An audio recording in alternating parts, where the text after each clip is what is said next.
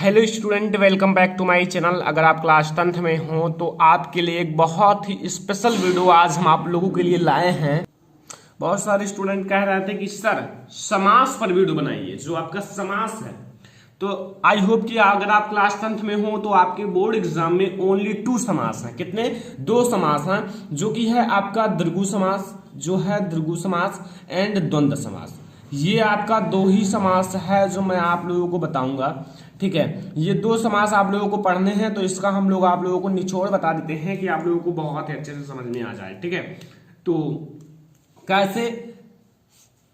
देखो, ये दोनों समास के बारे में आज हम लोग डिस्कस करने वाले हैं। अगर और भी होगा ना तो आप लोग कमेंट बॉक्स में बताना, मैं आप लोगों को और भी बता दूंगा। लेकिन आई होप मैंने चेक किया है तो 2 ही समास हैं, तो 2 समास के बारे में हम पहले आप लोगों को अच्छे से डिटेल में बता देते हैं। ठीक है, तो भैया वीडियो को लास्ट तक देखना। वीडियो पसंद आए वीडियो को लाइक करना, शेयर करना अपने फ्रेंड्स के साथ। चैनल पर नए हैं तो सब्सक्राइब जरूर कर लेना। देखो, पहला है द्विगु समास। द्विगु समास में क्या है? इस समास में अंतर जो होता है ना, उत्तर पूर्व पद प्रधान होता है तथा यह पद संख्यावाची होता है। अब भैया जैसे आपके मतलब बुक में जो था ना वैसे लिखा हुआ था, तो मैंने कुछ उसी टाइप से बढ़िया से लिखा है। कुछ आपको ट्रिक ये है कि इस समास में उत्तर पूर्व पद प्रधान होता है तथा यह पद संख्यावाची होता है। देखो, 2 ही समास है, तो इसमें से जो आपका द्विगु समास होगा वो संख्यावाची होगा। अगर संख्यावाची आए ना तो वो आपका द्विगु समास होगा। दोनों अभी समझ में आ जाएंगे, ओनली 2 मिनट। लेकिन और आपको समास नहीं देखना है, केवल जो आपके बोर्ड एग्जाम में है द्विगु समास और द्वंद्व समास, इन दोनों को ही देखना है। तो पहला आपको मैंने बताया कि इस समास में जो उत्तर पूर्व पद होता है ना वो प्रधान होता है तथा जो आपका यह पद होता है ना संख्यावाची होता है। जैसे आपके बोर्ड एग्जाम में आ जाए समस्त, देखो समस्त पद या समास विग्रह, देख लो समस्त पद। देखो, पहला मैं आपको 3 एग्जाम्पल बताता हूं। त्रिभुज आपकी बोर्ड एग्जाम में आए तो बताओ 3 भुजाओं का समूह क्या होगा? 3 भुजाओं का समूह। ठीक है, त्रिभुज मतलब 3 भुजाओं का समूह। ठीक है, दूसरा देखो, अगर और भी आपको देखना होगा तो बताइएगा, मैं आपको अलग से इन दोनों का बना दूंगा। ठीक है, कोई दिक्कत नहीं है। दूसरा चारपाई का अर्थ है 4 पांवों का समूह। तो इसमें देखो अक्षर आ रहे हैं ना, मतलब 3 संख्यावाची आ रहे हैं ना, 3 4। अब देखो 2 पहाड़, 2 पहरों का समूह, ये भी 2 आ रहा है। मतलब इनमें यही कहने का अर्थ है कि ये संख्यावाची होते हैं, अर्थात इसमें संख्या आता है। ठीक है, जैसे आपका त्रिभुज है तो 3 भुजाओं का समूह। ठीक है, चारपाई है 4 पांवों का समूह एंड 2 पहाड़ है 2 पहरों का समूह, समाहार। ठीक है, तो अब आपको ये समझ में आया ना। लेकिन आपको कम से कम द्विगु समास और द्वंद्व समास से 30 एग्जाम्पल्स याद करने हैं। मैं आपको गारंटी देता हूं, अगर 20 भी याद कर लेते हो, जितना मैंने बताया उसमें से 20 याद कर लेते हो तो आप बहुत ही आसानी से कर सकते हो, बोर्ड एग्जाम में वही आएंगे।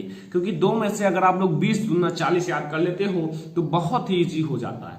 ये मैंने आप लोगों को कुछ बताया है टिप्स जो आपको करना होगा। ठीक है, कि ये संख्यावाची होते हैं। ठीक है, अब देखो द्वंद्व समास में क्या होता है, ये तो तुरंत पहचान लोगे।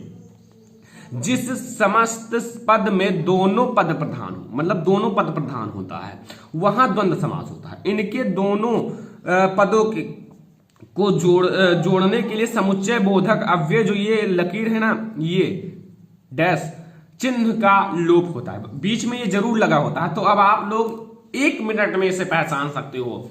जैसे रात दिन, तो इसमें दोनों आपका पद प्रधान है, रात दिन, लेकिन बीच में देखो क्या लगा हुआ है, ये चिन्ह लगा हुआ है ना, तो इसे रात और दिन कर देना है। कितना इजी है, 2 मिनट का काम है द्वंद्व समास, ओनली 2 मिनट्स। देखो पाप पुण्य, तो पाप और पुण्य कर देना है। माता पिता, माता और पिता कर देना है। ठीक है, अब ऐसे आप बहुत आपके बोर्ड एग्जाम में आ सकते हैं। जैसे यहां रात दिन हो गया, ठीक है, वैसे आपके आ सकते हैं। ठीक है, जैसे बहुत सारे आपके बोर्ड एग्जाम में ऐसे बीच में ये डैश लगा रहेगा, बढ़िया सा छोटा सा, और आपके बोर्ड एग्जाम में आएगा यहां और केवल कर देना है रात दिन, रात और दिन। पाप पुण्य, पाप और पुण्य। माता पिता, माता और पिता। ठीक है, भाई बहन, भाई और बहन। क्या है? कुछ नहीं है ना, भाई डैश बहन, तो भाई और बहन। ठीक है। तो यहां से आपको बढ़िया से समझ में आ गया दोनों समास, द्विगु समास और द्वंद्व समास। देखो द्विगु समास में यही है कि इसमें संख्यावाची होते हैं, अर्थात ये 3 भुजाओं का समूह, 4 पांवों का समूह, 2 पैरों का समाहार, ठीक है। तो ये आपको थोड़ा तो नॉलेज हो गया। मतलब आपके बोर्ड एग्जाम में 2 ही हैं, तो अगर डैश लगा हो तो उसे आपको द्वंद्व बताना है। जैसे ये डैश है, ये लगा हो तो उसे आपको द्वंद्व बताना है। 2 ही होंगे तब, मुझे तो लगता है 2 ही है। और अगर डैश ना लगा हो तो उसे आपको द्विगु बताना है। और उसमें वैसे जो है ना, इसमें आपके संख्यावाची होते हैं, अर्थात संख्या होते हैं, ठीक है। यहां से ये दोनों चीजें आपको समझ में आ गया होगा, आई होप कि आ गया होगा, क्योंकि बहुत ज्यादा इजी है। अगर आप लोग प्रैक्टिस करते हुए याद करने की तो बहुत ज्यादा इजी है, ठीक है। तो अगर ये समाज समझ में आ गया हो तो वीडियो को लाइक करना, शेयर करना अपने फ्रेंड्स के साथ। चैनल पर नया हो तो सब्सक्राइब कर लेना, क्योंकि मैं आपको ऐसे ही वीडियो डेली अपलोड करता रहता हूं। तो इस वीडियो को आपको शेयर भी करना है अपने फ्रेंड्स के साथ, ताकि सभी स्टूडेंट इस वीडियो का मतलब वीडियो को समझ सकें और अपने फ्रेंड्स के साथ शेयर कर सकें। तो स्टूडेंट फिलहाल इस वीडियो में इतना ही, तब तक के लिए धन्यवाद।